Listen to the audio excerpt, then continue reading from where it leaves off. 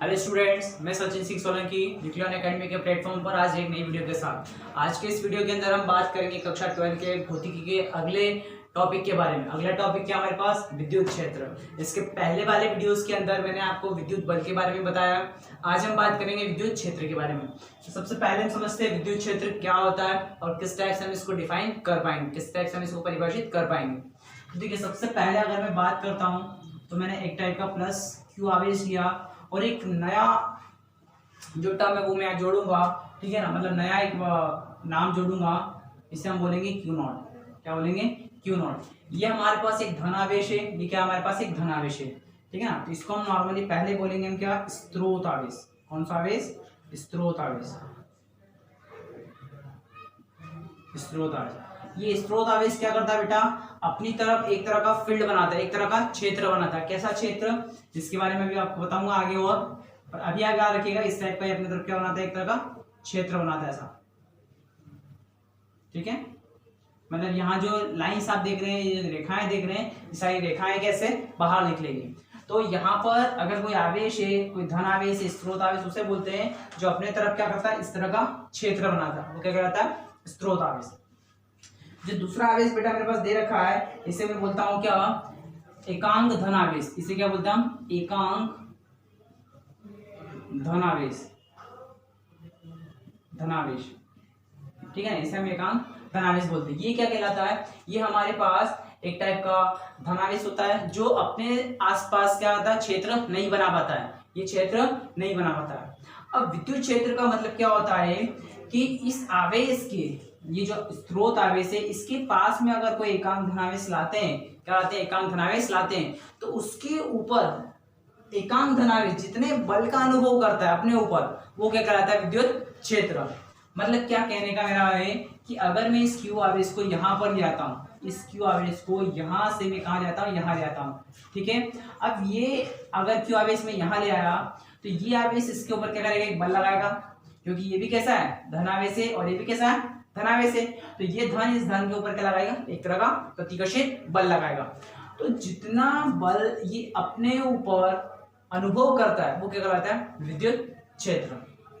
मतलब किसी आवेश के आसपास का वह क्षेत्र, परिभाषा देख लेते हैं हम, किसी आवेश के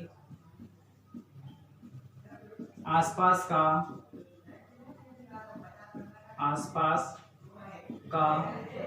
वह क्षेत्र जहां एकांक धनावेश,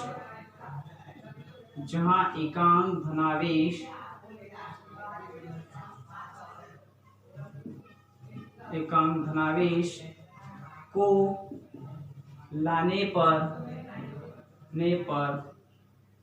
एकांक धनावेश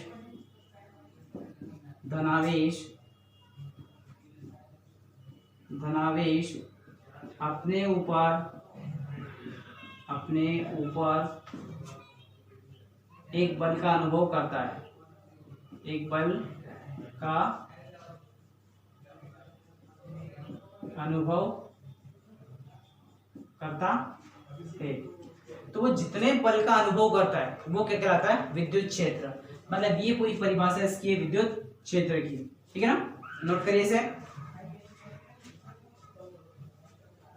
तो देखिए, यहाँ पर कोई आवेश है, ये आवेश है, इसके अंदर मैं एकांक धनावेश को लेकर आया हूँ, तो इस आवेश के ऊपर ये अपने ऊपर जितने बल का अनुभव करता है वो क्या कहलाता है, विद्युत क्षेत्र कहलाता है, ठीक है ना। अब देखिए आगे बात करते हैं बेटा, परिभाषा लिख ली होगी आपने। अब इसको हम कैसे प्रदर्शित करते हैं, तो जो विद्युत क्षेत्र होता है उस विद्युत क्षेत्र को मैं ई के द्वारा प्रदर्शित करता हूं। विद्युत क्षेत्र को हम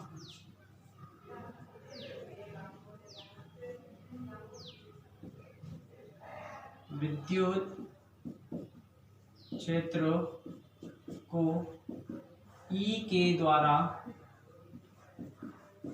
प्रदर्शित करते हैं,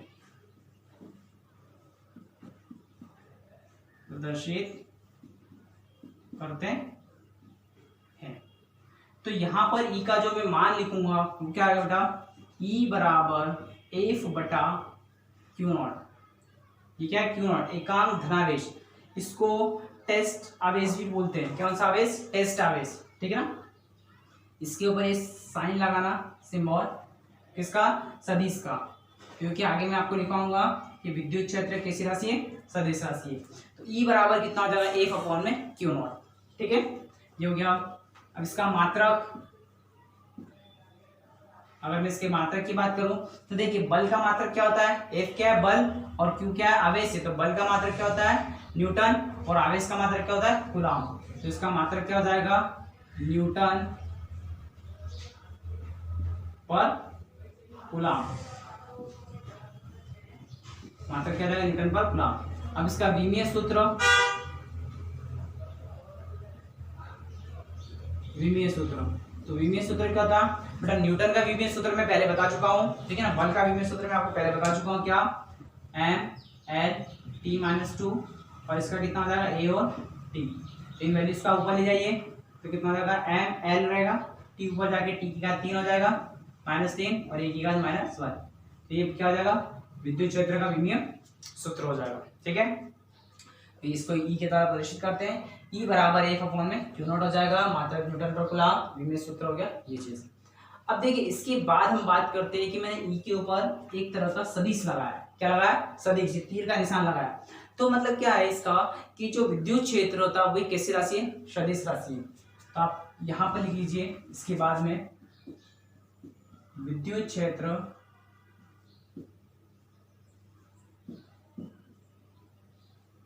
एक सदिश राशि है।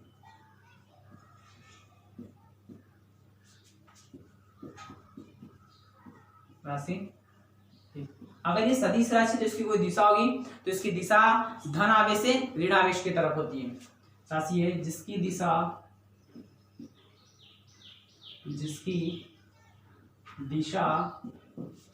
धनावेश से ऋणावेश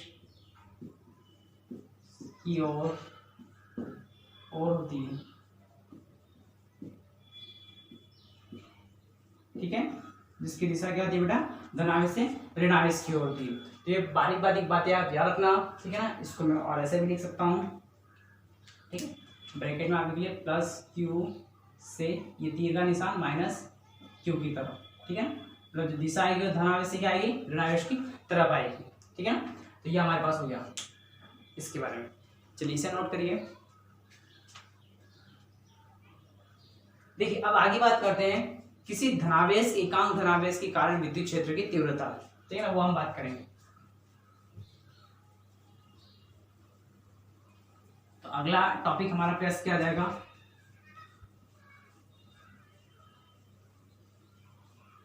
विद्युत क्षेत्र की तीव्रता किसी धनावेश के कारण। विद्युत क्षेत्र की तीव्रता ऐसा लिख लीजिए, एकांक धनावेश के कारण।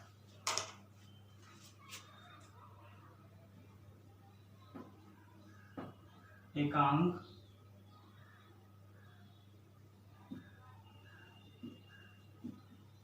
धनावेश के कारण विद्युत क्षेत्र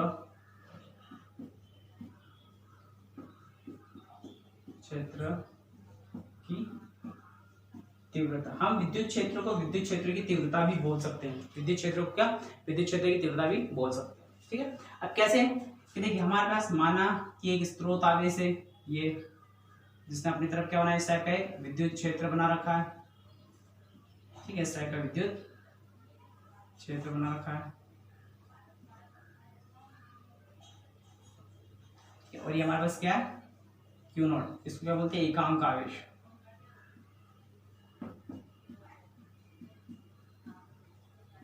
एकांक आवेश, ठीक है ना। और ये क्या था हमारे पास? स्रोत आवेश। स्रोत का मतलब क्या होता है? जो अपने आसपास क्या बनाता है? हाँ, विद्युत क्षेत्र बनाता है, ठीक है। तो हमारे पास माना कि एकांक, माना कि स्रोत आवेश क्यू है, तथा माना कि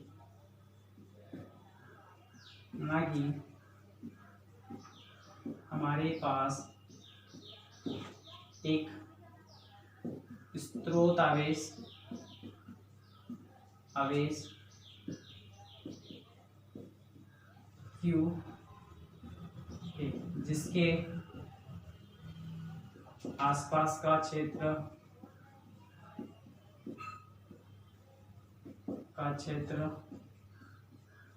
विद्युत क्षेत्र कहलाता है। विद्युत क्षेत्र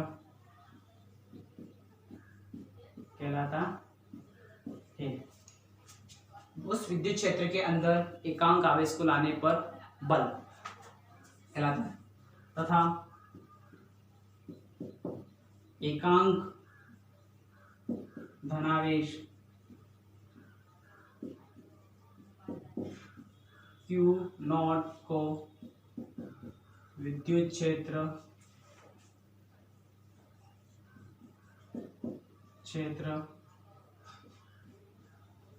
में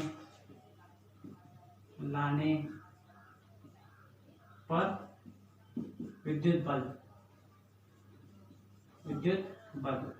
अब ठीक है, हम क्या करें बेटा, ये जो एकांक आवेश, इस एकांक आवेश को यहाँ पर लेके आ रहा हूँ, तो मैंने ऐसा मान लिया और इन दोनों के बीच की जो दूरी है वो दूरी मैंने क्या मान ली बेटा, आर मान ली। ठीक है ना, या किताबों में कई बार ऐसा भी है यहाँ से लेके यहाँ तक की दूरी आर मान लेते हैं, ऐसा भी आप कर सकते हैं। मैं वैसे ही कर देता हूँ ताकि आप अगर बुक भी पढ़ेंगे तो आपको कोई प्रॉब्लम नहीं आएगी। ठीक है, तो यहाँ से यहाँ तक की जो दूरी है वो कितनी है, आर है। तो दो अगर हमारे पास आवेश दे रखा है और उनके बीच की दूरी अगर आर दे रखी है तो क्या हम विद्युत बल लिख सकते हैं? हाँ, क्या लिख सकते हैं? वो लिख सकते हैं, ये बराबर के आवेश क्या है Q और यहाँ पर क्या है Q नॉट और यहाँ पे R का स्क्वायर, तो उसके ऊपर आवेश कितना हो जाएगा, सॉरी बेटा, विद्युत बल का मान क्या आ जाएगा, Q नॉट बाय R का स्क्वायर। ये हमारे पास क्या आएगा, विद्युत बल। अब हम जानते हैं विद्युत क्षेत्र के सूत्र से, ऐसे लिख लीजिए, विद्युत क्षेत्र के सूत्र से क्या होता है बेटा, विद्युत क्षेत्र का सूत्र E बराबर F बटा Q नॉट। अब F का मान हम क्या करें, ये जो F है, F का मान इसमें रख दें, तो F का मान इसको मान लीजिए समीकरण नंबर 2, ये हो गया समीकरण नंबर 1। समीकरण 1 से F का मान समीकरण 2 में रखने पर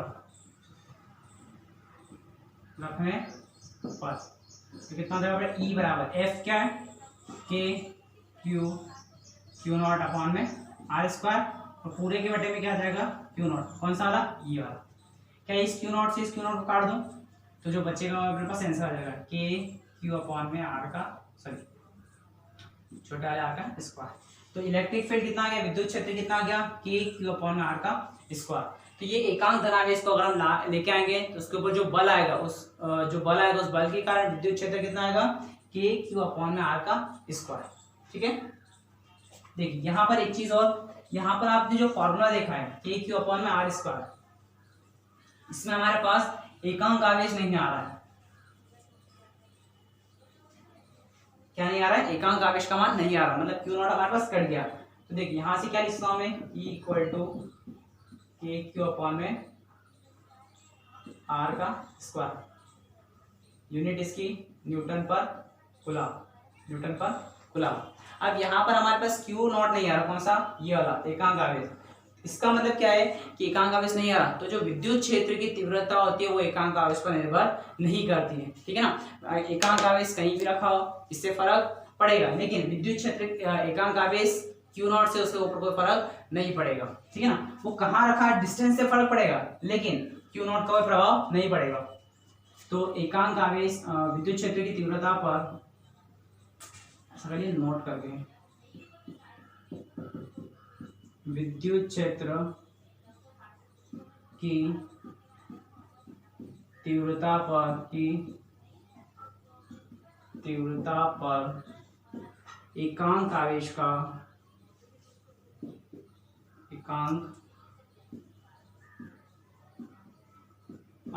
का प्रभाव नहीं पड़ता है। नहीं पड़ता है, मतलब एकांक आवेश का कोई प्रभाव नहीं है, या विद्युत क्षेत्र की तीव्रता एकांक आवेश पर निर्भर नहीं करती है। ठीक है ना। तो इस कंटेंट के अंदर मैंने आपको बता दिया विद्युत क्षेत्र की तीव्रता के बारे में। ठीक है, अब इसका सदिश रूप भी हम इसी में देख लेते हैं।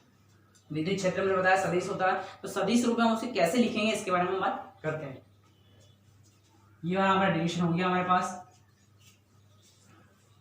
चलिए अब इसके सदिश रूप के बारे में बात कर लेते हैं।